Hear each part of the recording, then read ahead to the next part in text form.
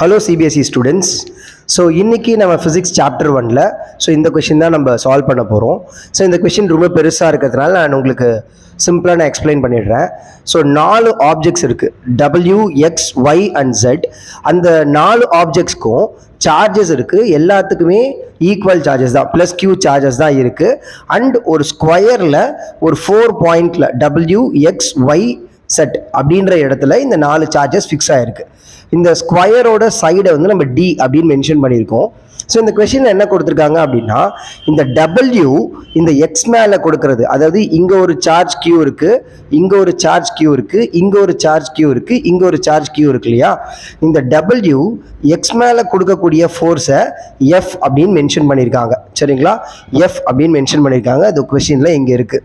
அப்போ கொஸ்டின் என்ன அப்படின்னா, தென் the magnitude of force exerted by the object W on Z அப்படின்னு கொடுத்துருக்காங்க. அண்ட் இந்த ஜட்டும் இந்த எக்ஸும் எங்கே இருக்குது அப்படின்னு பார்த்தீங்கன்னா, இந்த ஸ்கொயரோட சைடில் மிட்வேல இருக்குது, மிட் பாயிண்டில் இருக்குது. சரிங்களா, எக்ஸாக்டாக மிட் பாயிண்டில் இருக்குது. அப்படின்னா நமக்கு என்ன தெரியும், இது ஒரு ஃபுல் சைடை வந்து நம்ம D அப்படின்னு சொன்னால் இது D/2ல் இருக்குது, இதுவும் D/2ல் இருக்குன்னு அர்த்தம். சரிங்களா, ஸோ கொஸ்டின் நான் திருப்பி சொல்கிறேன். Then the magnitude of the force exerted by the object W on Z, W Z மேலே என்ன ஃபோர்ஸை கொடுத்துருக்கு அப்படின்றது தான் கொஸ்டின். ஸோ ஆப்ஷன்ஸ் இங்கே கொடுத்துருக்காங்க. சரியா, ஃபர்ஸ்ட் நம்ம என்ன பண்ணலாம் அப்படின்னா, W எக்ஸ் மேலே கொடுத்த ஃபோர்ஸ் Fன்னு சொல்கிறாங்க இல்லையா, அந்த ஃபோர்ஸை ஃபஸ்ட்டு கண்டுபிடிக்கலாம். ஸோ இந்த கொஸ்டின் ரொம்ப easy.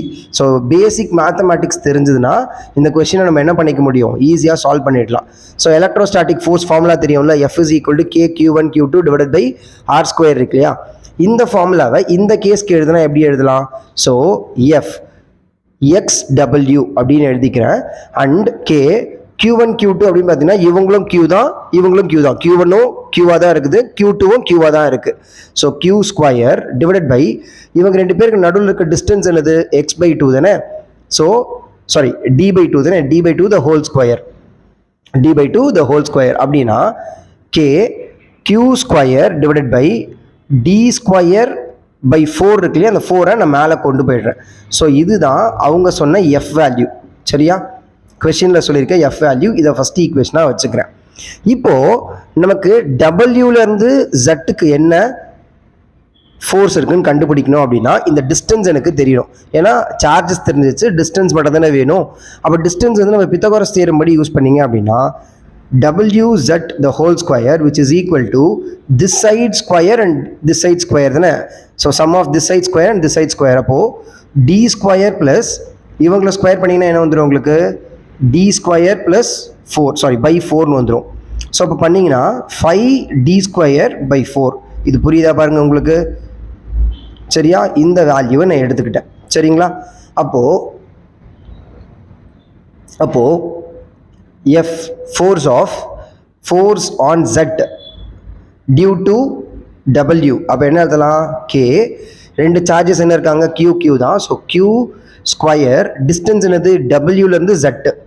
So WZ the whole square, அப்போ WZ the whole square தான் நீங்கள் கண்டுபிடிச்சிட்டிங்க. அப்போ அந்த வேல்யூ அப்படியே எடுத்து சப்ஸ்டியூட் பண்ணிக்கோங்க. K Q² / 5D² / 4. ஸோ இந்த 4-ஐ நான் மேலே கொண்டு வந்துட்டேன் அப்படின்னா 4KQ² / 5D² தானே. அப்போது நம்ம ஆல்ரெடி இங்கே ஒரு F கண்டுபிடிச்சிருக்கோம்ல, 4KQ² / D தானே. அப்போது இந்த டேர்ம், இந்த 5 மட்டும் விட்டுடுறேன், நான் மற்றதெல்லாம் மார்க் பண்ணியிருக்கேன் அப்படின்னா அது ஏன்னா Fோட வேல்யூ ஈக்குவலாக இருக்குது. So F/5. ஸோ இங்கே கிடச்சிருக்கிற இந்த ஃபோர்ஸ் என்னன்றது பார்த்தீங்கன்னா F/5. ஸோ நம்மளோட ஆப்ஷன் என்னது, B ஆப்ஷன். ஸோ உங்களுக்கு புரியுதா? தேங்க்யூ.